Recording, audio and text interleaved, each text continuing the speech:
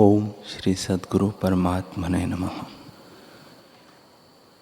श्री योग वशिष्ठ महारामायण निर्वाण प्रकरण सर्ग 233।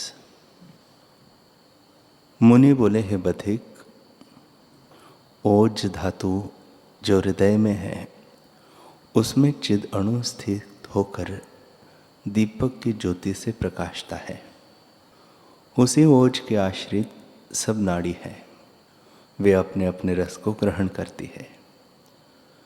जब प्राणी भोजन करता है और अन्न जागृत नाड़ी में पूर्ण होता है तब जागृत का अभाव हो जाता है और चित्त की वृत्ति और प्राण आने जाने से रहित हो जाते हैं। वह नाड़ी मूंद जाती है। फिर जब कफ नाड़ी में प्राण जगते हैं तब स्वप्न दिखता है। हे बधिक, जब इंद्रियों को ग्रहण करके चित्त की वृत्ति बाहर निकलती है तब जागृत जगत होकर भासित होता है। तब तन्मात्रा को लेकर चित्त की वृत्ति ओज धातु में फुरती है, तब स्वप्न आता है। जब ओज धातु पर अन्न आदि पदार्थ का बोझ पड़ता है तब सुषुप्ति होती है। जब निद्रा और जागृत का जोर होता है तब दोनों दिखते हैं, और जब दोनों में से एक का बल अधिक होता है तब वही जागृत अवस्था सुषुप्ति भासित होती है। जब निद्रा से रहित मंद संकल्प होता है तब उससे मनोराज्य कहते हैं, और जब बाह्य विषयों को त्याग कर चित्त की वृत्ति अंतर्मुख होती है तब स्वप्न होता है। वह जिस सिद्धांत में जाता है उसके अनुसार भीतर जगत दिखता है। कफ के बल से चंद्रमा, क्षीर समुद्र, नदियाँ, जल से पूर्ण तालाब और वृक्ष, फूल, फल, बगीचे, सुंदर वन, हिमालय, कल्प वृक्ष, तमाल, सुंदर स्त्रियाँ, बेले, बावलियाँ इत्यादि सुंदर और शीतल स्थान देखता है। जब पित्त का बल अधिक होता है तब सूर्य, अग्नि और सूखे वृक्ष, फल और टास देखता है। संध्या काल में मेघ की लाली देखता है। वन और दूसरे स्थानों में अग्नि लगी देखता है और पृथ्वी तपी हुई रेती और मरुस्थल की नदी दिखती है। जल उष्ण लगता है, हिमालय का शिखर भी उष्ण लगता है और नाना उष्ण पदार्थ दिखते हैं। जब वायु का बल अधिक होता है तब स्वप्न में अधिक वायु देखता है। पाषाण की वर्षा होती दिखती है। अपने को अंधे कूप में गिरता देखता है। हाथी घोड़े उड़ते दिखते हैं। मनुष्य अपने को उड़ता फिरता देखता है। अप्सरा के पीछे दौड़ता है। पहाड़ों की वर्षा होती है। वायु तीक्ष्ण वेग से चलती और अन्न आदि पदार्थ चलते दिखते हैं और विपरीत होकर भासित होते हैं। इस प्रकार जीव वात, पित्त और कफ से स्वप्न में जगत देखता है, और जिसका बल विशेष होता है वह उस धर्म में देख पड़ता है। वासना के अनुसार जीव न्यून अधिक राजस, तामस और सात्विक पदार्थ देखता है, और जब तीनों इकट्ठे होकर कुपित होते हैं तब प्रलय काल देख पड़ता है। हे बधिक, जब तक वात, पित्त और कफ के अंश के साथ मिली हुई पुर्यष्टका कफ के स्थान में प्रवेश करती है तब तक समान जल के क्षोभ दिखते हैं। इसी प्रकार वात, पित्त और कफ जिसके स्थान में जाता है और अन्य स्वभाव को लेता है उसको तब समान क्षोभ भासित होता है। जब केवल वात का क्षोभ होता है तब महाप्रलय, काल के पवन चलते और पहाड़ पर पहाड़ गिरते और भूकंप आदि होते दिखते हैं। जब कफ का क्षोभ होता है तब समुद्र उमड़ते हैं, पित्त से अग्नि लगती है और महाप्रलय किनाई तत्व क्षोभ को प्राप्त होते हैं। जब प्राण जागृत नाड़ी में जाते हैं और वह अन्न से पूर्ण होती है तब संवित उसके नीचे आ जाती है। जैसे भीत के नीचे मेंढक आवे, पत्थर की शिला में कीड़ा आ जावे और काठ की पुतली काठ में हो, जैसे इनमें अवकाश नहीं रहता वैसे ही और नाड़ी में फुरने का अवकाश नहीं रहता, रुक जाती है, तब इसको सुषुप्ति होती है। जब कुछ अन्न बचता है तब चित्त संवित अपने भीतर स्वप्न देखती है। जिसको जिसका विकार विशेष होता है वह उसी का कार्य देखता है। जब अन्न और जल बचता है तब जीव फिर जागृत जगत को देखता है, और जब जागृत और स्वप्न दोनों का बल सम होता है तब दोनों को देखता है और अनुभव करता है। हे बधिक, इसी प्रकार तीनों अवस्था होती और मिट जाती है, सो तीनों गुणों से होती है। इनका दृष्टा इनका अनुभव करने वाला है, वह माया के गुणों से अतीत और सबका आत्मा है। यह जगत और स्वप्न जगत संकल्प मात्र है, कुछ बना नहीं। ब्रह्म सत्ता ही किंचन करके जगत रूप होकर भासित होती है, परंतु अज्ञानी उसको जगत जानते हैं और जगत को सत्य जानकर इष्ट अनिष्ट में राग द्वेष करते हैं। जब बाहर की इंद्रियां सुषुप्त हो जाती है तब जीव भीतर स्वप्न में भटकता है और उसमें सूर्य, चंद्रमा, वन, फूल, फल, वृक्ष आदि जगत देखता है। परंतु जब स्वरूप का अनुभव होता है तब सब भटकना मिट जाता है और शांति मिलती है। बधिक बोला, हे मुनीश्वर, उस पुरुष के हृदय में तुमने जगत और प्रलय देखा था, उसके बाद क्या किया और क्या अवस्था देखी? तब मुनीश्वर बोले, हे बधिक, उसके चित्त स्पंद में मैंने देखा कि बड़े बड़े पहाड़ प्रलय की वायु से सूखे तृण की नहीं उड़ते हैं और पत्थरों की वर्षा होती है। इस प्रकार मैंने प्रलय के क्षोभ को देखा। मेरे देखते देखते जागृत वाली नाड़ी में अन्न स्थित हुआ तो वहां जो अन्न के दाने गिरे वे पर्वत जैसे दिखे। चित्त स्पंदन जो संवित थी वह रोकी गई। उसमें स्थित मैं तामस नरक में जा पड़ा, जैसे वहां मैं भी जड़ हो गया और मुझको कुछ ज्ञान न रहा।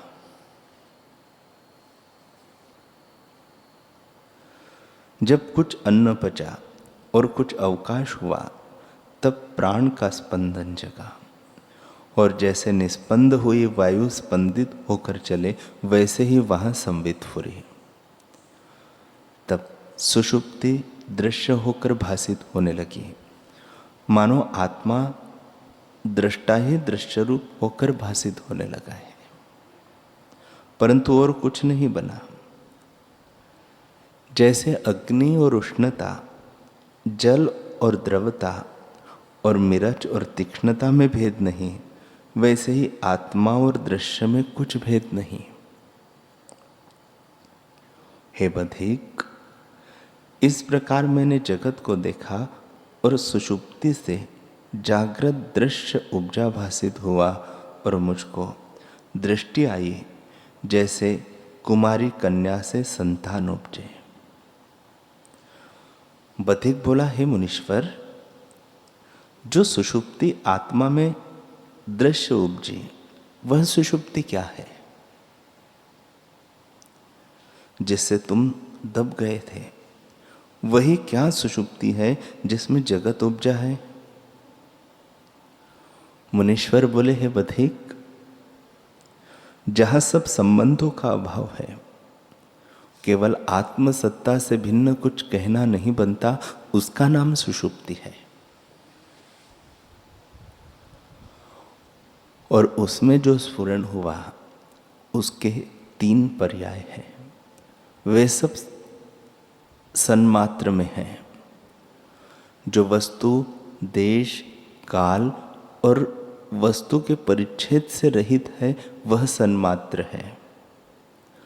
उस सन्मात्र में और कुछ बना नहीं। उसके जो पर्याय है वे ही रूप है।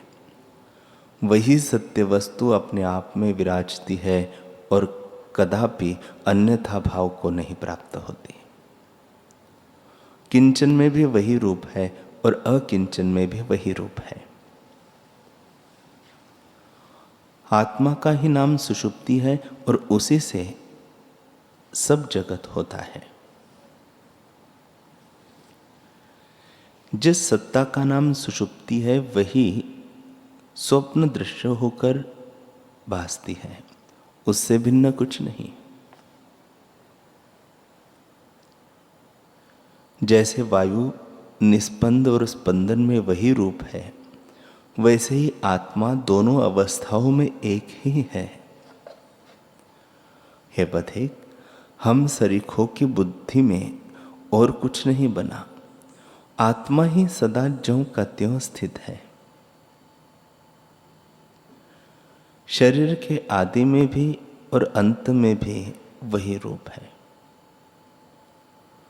उसमें जो किंचन द्वारा भासित हुआ है वह भी वही रूप है।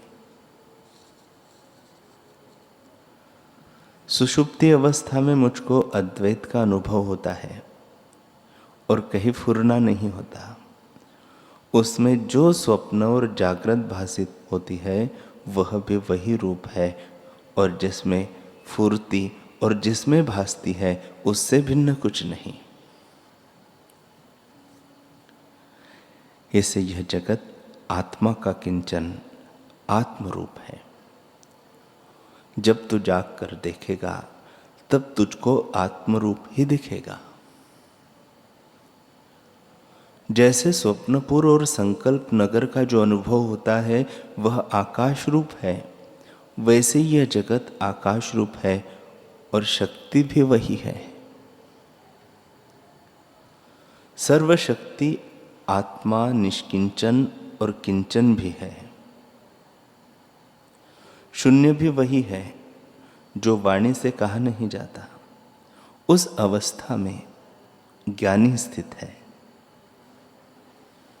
हे बधिक, ज्ञानवान को प्रत्यक्ष करके अनुभव रूप ही दिखता है। जैसे स्वप्न में जीव और ईश्वर भिन्न भिन्न दिखते हैं और उपाधि से अनुभव भेद भासित होता है, वास्तव में कुछ भेद नहीं।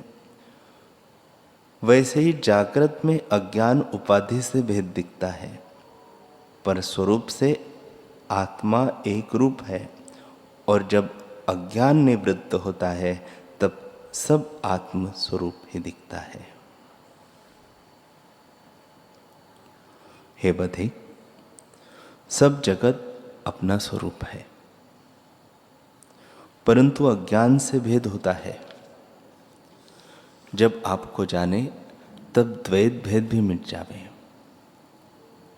जैसे किसी पुरुष ने अपनी भुजा पर सिंह की मूर्ति लिखी हो और उसके भय से दौड़ता फिरे और कष्ट पावे तो वह प्रमाद से भयभीत होता है, क्योंकि वह तो अपना ही अंग है। अपने अंग के जानने से भय मिट जाता है। वैसे ही स्वरूप के ज्ञान से जगत भय भी मिट जाता है।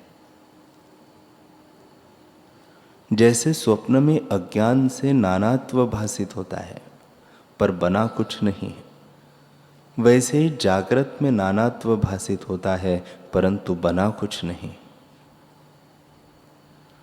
जब मनुष्य अंतर्मुख होता है तब बोध की दृढ़ता हो जाती है। जैसे प्रातः काल को ज्यों ज्यों सूर्य की किरणें प्रकट होती है त्यों त्यों सूर्यमुखी कमल खिलते हैं, वैसे ही ज्यों ज्यों मनुष्य अंतर्मुख होता है त्यों त्यों बोध खिलता है। विषयों से वैराग्य और आत्मा के अभ्यास से बुद्धि अंतर्मुख होकर आत्मपद की प्राप्ति होती है। तब आत्मा सर्वत्र एक रस दिखता है। मुनीश्वर बोले, हे बधिक, तब मैंने उसकी सुषुप्ति में जाकर जगत को देखा। जैसे कोई पुरुष समुद्र से निकल आवे, जैसे संकल्प सृष्टि प्रकट हो, जैसे आकाश में बादल उठते हैं और वृक्ष से फल निकल आते हैं, वैसे ही उनकी सुषुप्ति से सृष्टि निकल आई। मानो आकाश से उड़ आई, वह मानो कल्प वृक्ष से चिंतामणि निकल आई। जैसे शरीर के रोम खड़े हो जाते हैं, जैसे गंधर्व नगर प्रकट होता है, अथवा जैसे पृथ्वी में अंकुर निकल आता है, वैसे ही सृष्टि प्रकट हुई। जैसे भीत पर पुतलियां लिखी हो और जैसे खंभे में पुतलियां हो, वैसे ही मैंने सृष्टि को देखा। जैसे खंभे में पुतलियां निकली नहीं है, परंतु शिल्पी कल्पना करता है कि इतनी पुतलियां निकलेंगी, वैसे ही अनहोती सृष्टि आत्मरूप स्तंभ से निकल आती है। आत्मरूपी मिट्टी से पदार्थ रूपी पात्र निकलते हैं, परंतु यह आश्चर्य है कि आकाश में चित्र होते हैं और निराकार चैतन्य आकाश में मनुष्य पुतलियों की कल्पना करता है। हे बधिक, जैसे आकाश में मकड़ी के समूह निकल आते हैं, वैसे ही शून्य आकाश से सृष्टि निकलकर उस पुरुष के हृदय में मुझको स्पष्ट दिखने लगी। देश, काल, क्रिया और द्रव्य से अकस्मात सत्य असत्य पदार्थ दिखने लगते हैं और असत्य पदार्थ सत्य भासित होते हैं। जैसे मणि, मंत्र, द्रव्य के बल से असत्य पदार्थ सत्य भासित होने लगते हैं और सत्य पदार्थ असत्य लगते हैं, वैसे ही अभ्यास के बल से मुझको उस पुरुष के हृदय में सृष्टि दिखने लगी। हे बधिक, जैसा निश्चय संबित में दृढ़ होता है, वैसे ही रूप होकर भासित होता है। वास्तव में न कोई पदार्थ है, न भीतर है, न बाहर है, न जागृत है, न स्वप्न है और न सुषुप्ति है। यह सब सृष्टि इसके भीतर ही स्थित है। जीव प्रमाद दोष से उसे बाहर से उत्पन्न होते देखता है। जैसे स्वप्न में सब पदार्थ अपने भीतर बाहर होते दिखते हैं, वैसे ही ये पदार्थ अपने भीतर से बाहर निकलते भासित होते हैं। हे बधिक, यह जगत जो आकार संयुक्त दिखता है, सो सब निराकार है, कुछ बना नहीं। ब्रह्म सत्ता ही अज्ञान से जगत रूप होकर दिखती है। जो ज्ञानवान पुरुष है, उसको जगत सत्य असत्य कुछ नहीं भासित होता, केवल ब्रह्म सत्ता ही अपने रूप में स्थित दिखती है। और जो अज्ञानी है, उसको भिन्न भिन्न नाम रूप भासित होते हैं। जब चित्त की वृत्ति बाह्य फुरती है, तब उसको जागृत कहते हैं। जब अंतर में फुरती है तब उसको स्वप्न कहते हैं, और जब स्थिर होती है तब उसको सुषुप्ति कहते हैं। तो एक ही चित्तवृत्ति के 3 पर्याय हुए, कुछ वास्तव में नहीं। जगत के आदि में शुद्ध केवल आत्मसत्ता थी। उसमें जब चित्त संवित जगी तब जगत रूप दिखने लगी। किसी कारण से जगत नहीं उपजा। जिसका कारण कोई नहीं उसको असत्य जानिए। वास्तव में कुछ बना नहीं, सब जगत शांत रूप ब्रह्म ही है।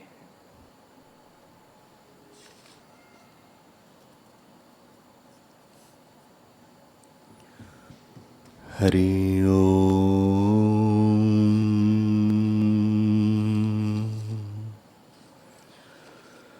हरि ओम।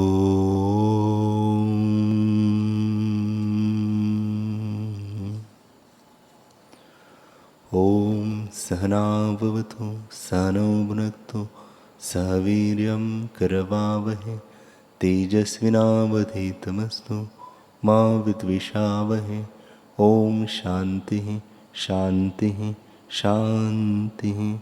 श्री सद्गुरुदेव भगवान की जय।